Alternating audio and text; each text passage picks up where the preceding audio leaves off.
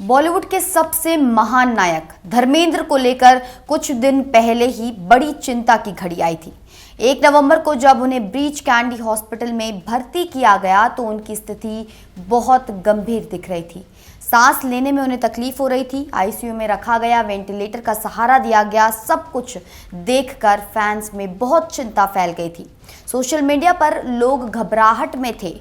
खबरें आ रही थी कि धर्मेंद्र की स्थिति क्रिटिकल है, लेकिन फिर परिवार की तरफ से अच्छी खबर सुनने को मिली। धर्मेंद्र की बेटी ईशा देओल ने ये सारी चिंताओं को दूर किया। उन्होंने कहा, मेरे पिता स्टेबल हैं और वो बिल्कुल रिकवर कर रहे हैं। और उनकी पत्नी हेमा मालिनी ने तो बहुत ही सख्त बयान दिया। उन्होंने गुस्से में कहा, ये सब गलत अफवाहें हैं, मेरे हस्बैंड बिल्कुल ठीक है, कृपया रिस्पॉन्सिबल तरीके से न्यूज़ स्प्रेड करें। हेमा मालिनी ने मीडिया को भी लताड़ा है। उन्होंने कहा कि ये बहुत इररिस्पॉन्सिबल है ऐसी फॉल्स न्यूज़ फैलाना। और सचमुच परिवार के ये बयान सुनते ही फैंस को राहत की सांस आई है। ये पता चल गया है कि धर्मेंद्र अब ठीक हैं, वो रिकवर कर रहे हैं, बस कुछ समय की बात है। धर्मेंद्र की कहानी सिर्फ एक फिल्मी कहानी नहीं है, ये एक सच्ची असली कहानी है। एक ऐसी कहानी जो हर किसी को प्रेरित कर सकती है। पंजाब के लुधियाना में पैदा हुए धर्मेंद्र के सपने कभी मुंबई की सड़कों पर बिखरे हुए थे। उनके पिता किशन सिंह देओल एक स्कूल के हेडमास्टर थे, एक सम्मानित व्यक्ति। लेकिन घर की आर्थिक परिस्थितियां कभी भी ज़्यादा मजबूत नहीं रही। परिवार खेती किसानी के करीब भी था, तो धर्मेंद्र को बचपन से ही जीवन की कठिनाइयों का सामना करना पड़ा। जब धर्मेंद्र मुंबई पहुंचे तो उनके पास कुछ नहीं था, न घर था, न रिश्ता नाता फिल्म इंडस्ट्री में, न कोई पहचान। मुंबई एक ऐसा शहर है जहां हजारों लोग आते हैं अपने सपनों को पूरा करने के लिए, लेकिन सिर्फ कुछ ही सफल होते हैं। धर्मेंद्र भी उन हजारों में से एक थे। शुरुआती दौर में उनके पास रहने के लिए घर नहीं था, तो वो कहाँ सोते थे? एक गैराज में। हाँ, एक साधारण गैराज जहां मशीनें रखी होती हैं, धूल और गंदगी होती है, वहीं धर्मेंद्र शुरुआत में सोया करते थे। पैसे की समस्या तो और भी ज़्यादा बड़ी थी। धर्मेंद्र को काम करना था, इसलिए उन्होंने एक ड्रिलिंग फर्म में नौकरी कर ली, एक कारखाने में काम करना शुरू कर दिया। और उन्हें उस काम के महीने में कितने पैसे मिलते थे? सिर्फ 200 रुपये। जी हाँ, 200 रुपये। आज के समय में तो 200 रुपये में कुछ भी अच्छा नहीं आप कर सकते हो, लेकिन उस समय, उस ज़माने में भी महीने के 200 रुपये से पेट भरना बहुत मुश्किल था। धर्मेंद्र को याद आया करता है, अभी जब उनसे बात करते हैं कि इंटरव्यू के दौरान उन्होंने बताया था कि 200 रुपये से उनका गुजारा नहीं हो पाता था।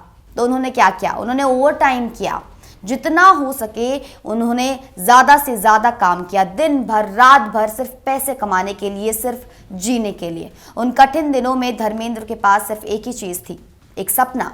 और वो सपना बार बार उन्हें याद आता था। स्कूल के बाद वो एक पुल के पास जाया करते थे। उस पुल पर बैठकर वो अपनी मंजिल के बारे में सोचते थे। घंटों बैठे रहते थे, सिर्फ सोचते रहते थे, अपने सपनों को पंख देने के बारे में सोचा करते थे। और वो सपना आखिर क्या था?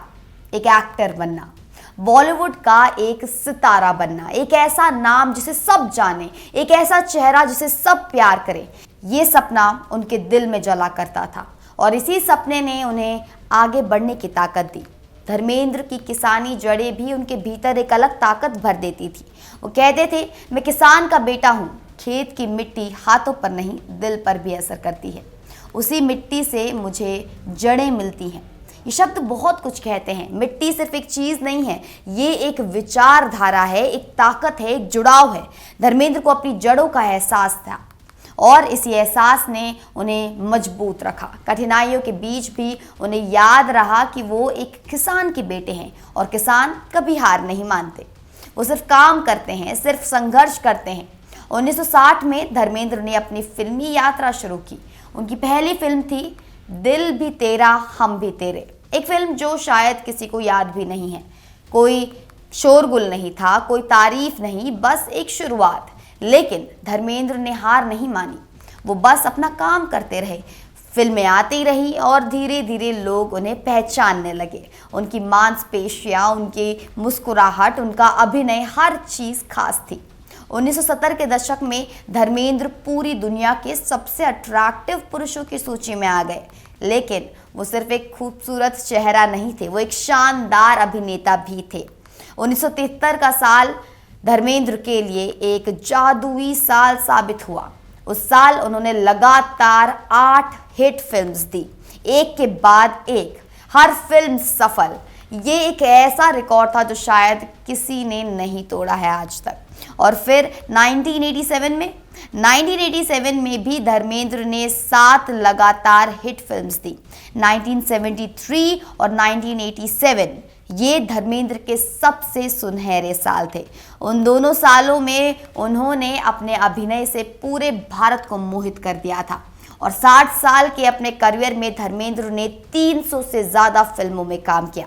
300 ये एक ऐसा आंकड़ा है जो बहुत कम एक्टर्स के पास होता है। हर फिल्म में एक नया किरदार, हर फिल्म में एक नई कहानी और हर फिल्म में धर्मेंद्र ने अपनी सर्वश्रेष्ठ देने की कोशिश की। धर्मेंद्र की सबसे प्रसिद्ध फिल्मों में शोले का नाम सबसे ऊपर आता है।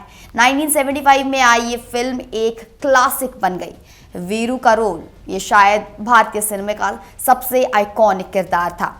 ये दिल मांगे मोर, इस गाने को आज भी लोग गुनगुनाते हैं। फिर थी फूल और पत्थर, सत्यकाम, क्रोधी, यादों की बारात, चुपके चुपके, ये सभी फिल्मों में धर्मेंद्र ने बहुत ही शानदार अभिनय किया था। वो कभी एक्शन हीरो थे, कभी रोमांटिक नायक, कभी गंभीर अभिनय करते थे और कभी कॉमेडी में भी शानदार थे।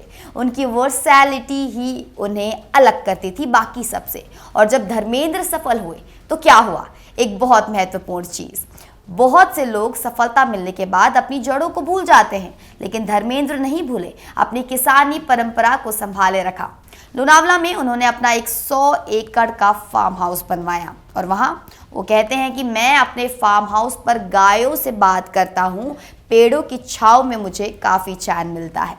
इसमें न सिर्फ एक आदमी की सफलता दिख रही है, बल्कि एक आत्मा की शांति भी दिख रही है। किसी के बेटे ने अपनी माँ बाप की विरासत को कभी नहीं भूला और यही तो एक महान इंसान की पहचान है। धर्मेंद्र के जीवन में 2 महत्वपूर्ण विवाह हुए। पहली शादी प्रकाश कौर से हुई, दोनों के 4 बच्चे हुए, सनी देओल, बॉबी देओल, विजेता और अजीता। फिर धर्मेंद्र का दूसरा विवाह हेमा मालिनी से हुआ। हेमा मालिनी भी एक प्रसिद्ध एक्ट्रेस थी और धर्मेंद्र हेमा की जोड़ी भारतीय सिनेमा में एक लेजेंडरी जोड़ी बन गई। उनके 2 बच्चे हुए, ईशा और अहाना।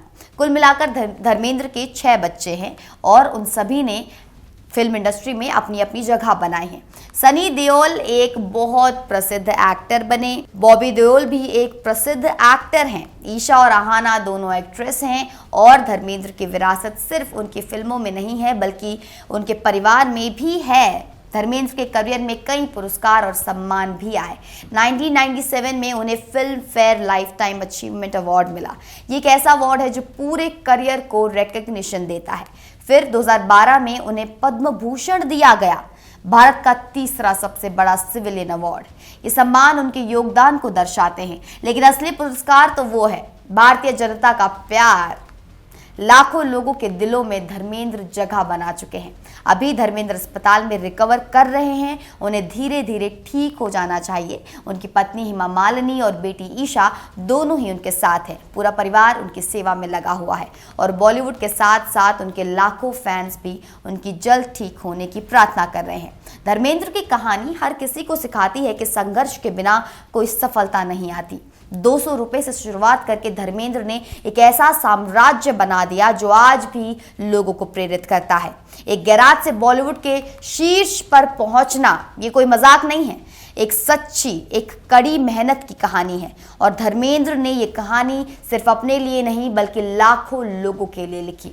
उन्होंने साबित कर दिया कि अगर आपके पास सपने हैं, मेहनत करने की इच्छा है और हार न मानने का साहस है तो कोई कुछ भी हासिल कर सकता है। धर्मेंद्र एक लिविंग लेजेंड है जो रिकवर करने जा रहे हैं और फिर से अपनी ताकत और जीवन शक्ति से हमें प्रभावित करेंगे। आप देख रहे थे इंडिया न्यूज़ डिजिटल प्लेटफॉर्म की हमारी एक खास रिपोर्ट। मैं निकिता रावत फिर मिलती हूँ कुछ मेजर अपडेट्स के साथ। धन्यवाद।